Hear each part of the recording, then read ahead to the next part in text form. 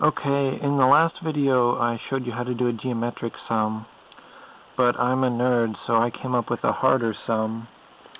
It has a linear term here and a geometric term here. So this goes up linearly, and I'm assuming r is less than 0, otherwise this explodes. So this gets smaller with time and this gets bigger, and it will look like this. I think you can probably see the pattern. Now, my goal in working with this was to come up with an equation like I did with the geometric sum, because I like challenges.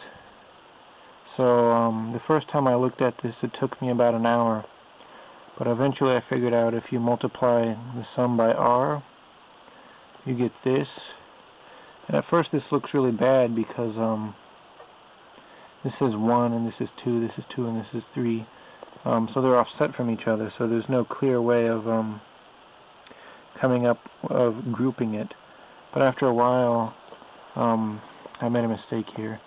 I figured out you could arrange it like this, where this is the original sum.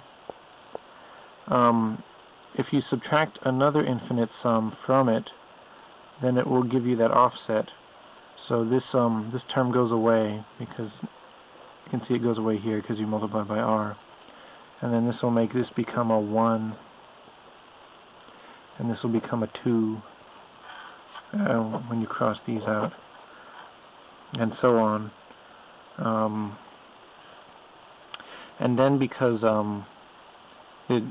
to make this become a geometric sum, I have to add this term that isn't there, so it has to cancel with this one.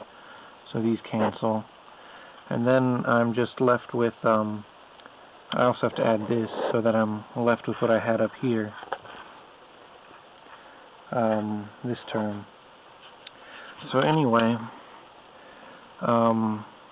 when you can replace the geometric sum with this equation I got in my other video about geometric sums, and then you can rearrange terms like I did before.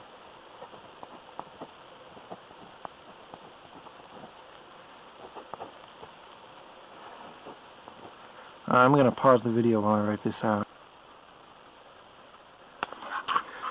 So I'm continuing where I was before. I believe I was writing this out. You just rearrange these terms to get this equals s. You can see it's quite complicated, but I'm pleased that I was able to come up with this. I think it's rather clever. And as n goes to infinity, this term goes to 0, and so does this one. So you do some arranging like this, and you get that. And I have tested this, and it does work. So that's it.